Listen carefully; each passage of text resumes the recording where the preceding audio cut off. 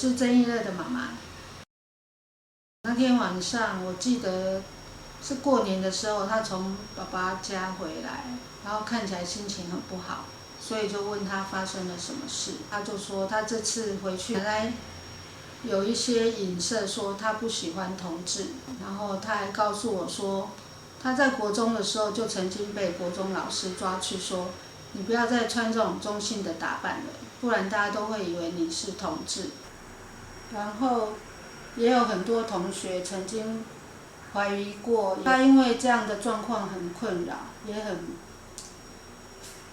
崩溃，所以这次跟我诉说的时候就哭了。因为这样常常被问是不是同志，他其实可能有很多的愤怒，因为他已经有好长一段时间会梦到他把那些说他是同志的那些人抓起来，然后关到一个地下室，然后给予暴力虐待，甚至把他们杀死，不断重复的做这些梦。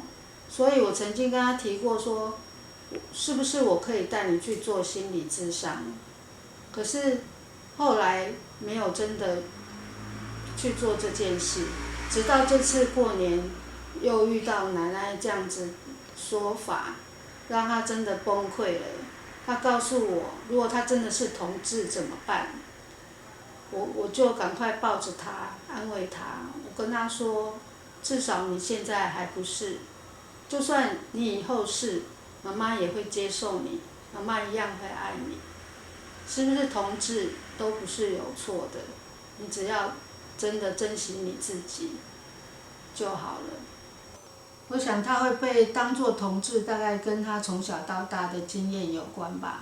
他从小幼稚园最好的朋友就是男生，后来大班转到另外一个幼稚园，因为他是转学生，所以就被班上的女生霸凌，然后这群小孩就又一起升学到同一个小学，所以他就是在那样的氛围下继续被霸凌，然后他就慢慢转向跟男生比较玩在一起。后来我们搬到澳洲去，让他有一个比较好的学习环境。然后第一个小学，他跟另外一个男生都是准备要再转到另外一个学校，所以班上的很多活动他们两个都没有办法参与，所以就会单独两个在做自己的活动。后来他转到了一个是全女校的学校，那因为他在那个女校是没有在上 ESL 的课程，所以他那时候英文还不够好，他就不敢跟其他的女生就是同学聊天讲话，然后这样一直度过了那一年，然后变成说他下意识的，他跟女生讲话是很陌生的，所以他就会很紧张，一直回到台湾，前半年还要读小六，那个班上只有几个女生而已，大部分都是男生，所以自然的又是跟男生成为好朋友。后来一个他国中进去的那个班上，因为他刚从国外回来，所以他也不懂台湾流行什么，他也没有办法跟其他女生有共同的互动啊，或话题，甚至韩星啊，连跳舞社团都没有办法选同样的歌曲，所以自然的他又跟他们比较是分开，他也不喜欢那一种女生小圈圈的那种潜规则。后来就是因为他不加入这些小圈圈，然后就有点被欺负，那男生会站出来，就是说抵制这样的状况，导致后来毕业的时候，男生跟女生是分开进行毕业表演的，这样，然后到了高中再学是大家比较开放自由的。那因为他的穿着打扮，或者说他已经不知道怎么跟女生成为朋友，不知道怎么跟女生相处，所以他又自然的比较跟男生玩在一起。然后大家就会觉得说，他身边都是好朋友都是男生，那他是不是同性恋啊？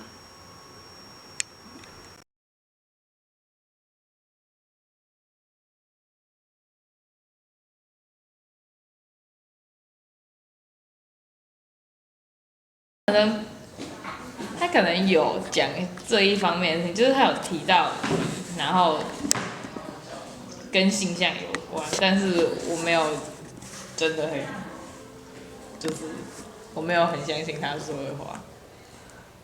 我真的记不起来，但是他如果有讲的话，一定就是像你听到那样，就是she's gay, she's a gay 什么的。OK，假如我今天走过来，然后我就直接问你，你是同性恋吗？你会有什么样的感受？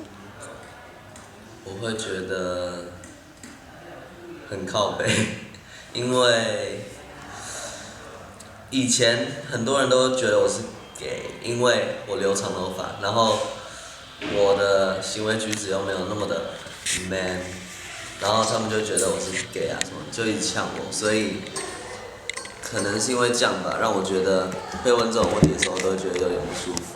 比较多人问 Matt， 哦，是啊。对，学弟妹都会问说 Matt 是不是喜欢男生？应该说，我觉得就是你真的想要知道人家的这方面的事情，你就直接去问他。你问我干嘛？很没礼貌啊！就是假设你是，然后我说你不是，或是假设你不是，我说你是的话，那就很没礼貌。我会自己去跟误会的人解释，然后去问说为什么他们会这样认为。那如果他们会这样认为，是因为听了别人的话，那很显然我应该要听我的话，因为是我亲自去跟他讲。但是前提之下是，我不觉得同性恋是不对不好的。不会，但是我会想说，是哪一个特质让他觉得我可能是同性恋，我会好奇。那你自己看到别人会想说他是不是？有过，我可以说吗？好。我有怀疑过你是不是？嗯哼，然后后来是怎么发生的？应该就我直接问你身边的朋友吧。我就问了，你没有直接问我。我后来问你了。那为什么会先去问别人？因为感觉在主流就是价值观里面直接问好像有点没礼貌。他们都是很拐弯抹角告诉我身边的人，然后来问我这件事情。那你觉得你比较喜欢他们直接问，还是就是像你现在说的那样？我希望他们不要有这个想法，不要去随便帮别人定义性向，或是揣摩别人的形象这样。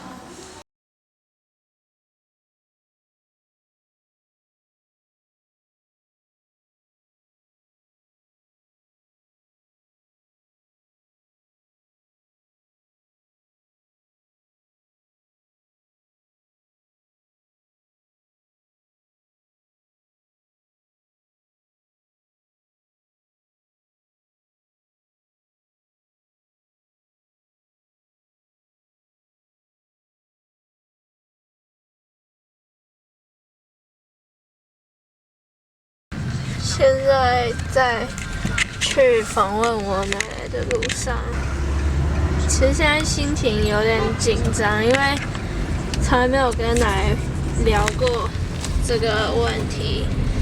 然后，其实她是那种很不容易直接说话的人，就是很喜欢礼貌，所以她都会慢慢的暗示我什么。女儿最近有没有买裙子啊什么之类的？我记得有一次我们在坐下来看 Netflix 的时候，然后上面就有一个人，他就化了很浓的烟熏妆，奶奶就问我说：“这个烟熏妆长这样子，这么黑这么大，你以后会这样画吗？”我说我不知道。他问说：“那么丑，你以后要这样子哦？”后来我跟我爸讲这件事情的时候，他跟我说，他其实常常想说我是不是同性恋，会一直试探我。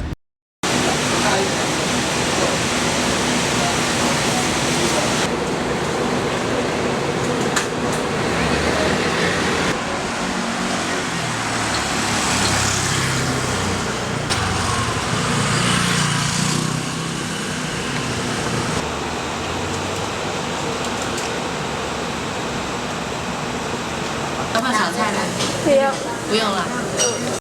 想说，就是你会问爸爸说，哦，我最近为什么都穿男装啊什么之类，然后想说怕我是同性恋啊，是有这样的。不是，我觉得你就没有女性化了。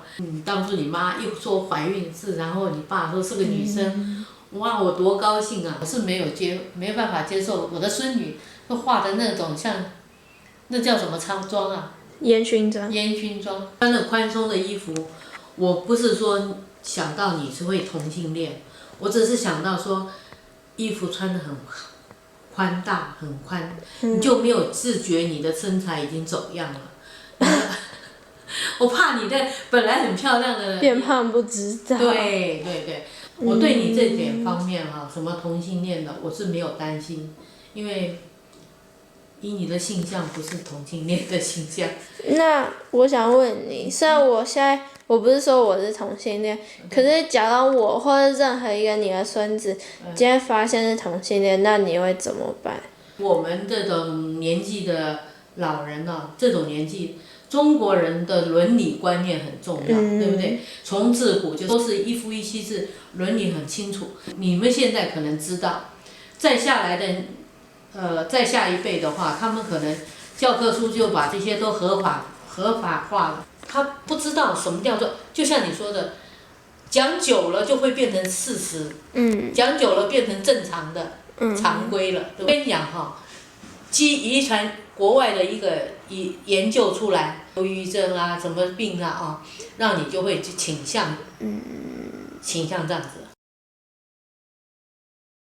他说他没有觉得我是同性恋，他不是在试探我是不是？哦，那他说不是，那就是他的意思吧？那所以这是你的意思吗？啊？因为我记得呢，有一次我们不是去电影院看电影，然后后来发现它是同性恋的片嘛，你记得那次吗？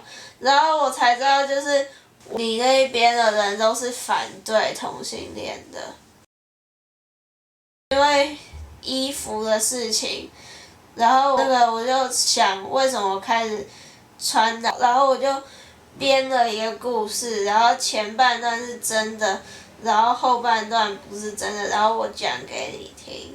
就是以前的时候，你给我一件那个黑色的衣服，那个时候我其他的衣服都是女生的衣服，然后我没办法配。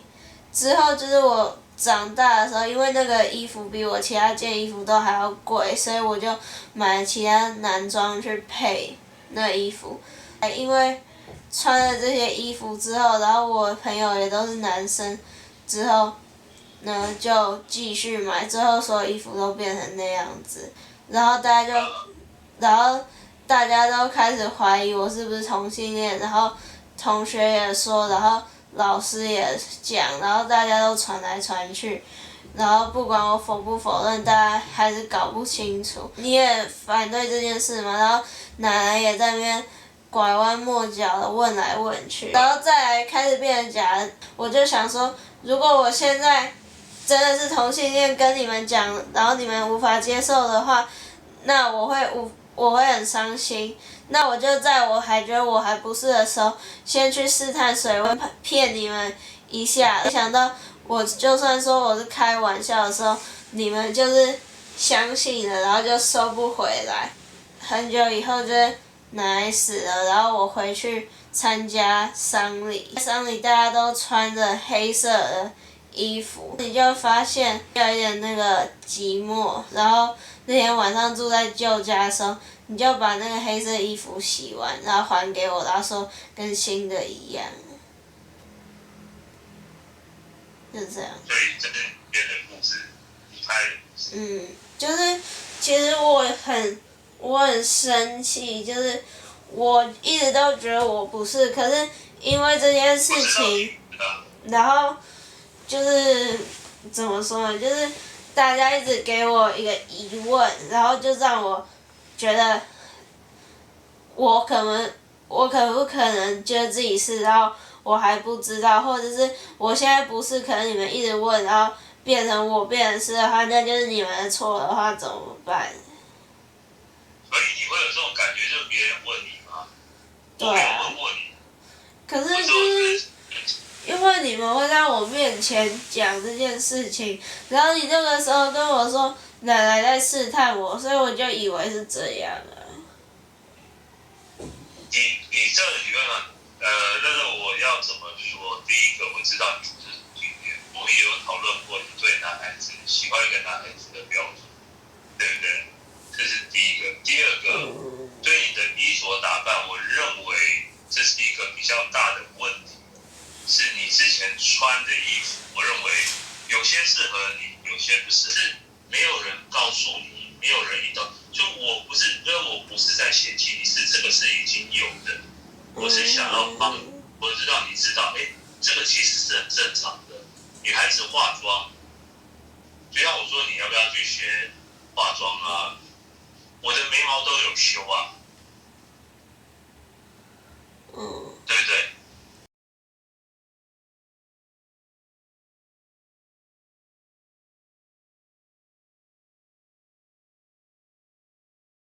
那你有没有问过一彤？有那当没有，我是问一通，我是问别人一通是不是？喂，你问一彤？对。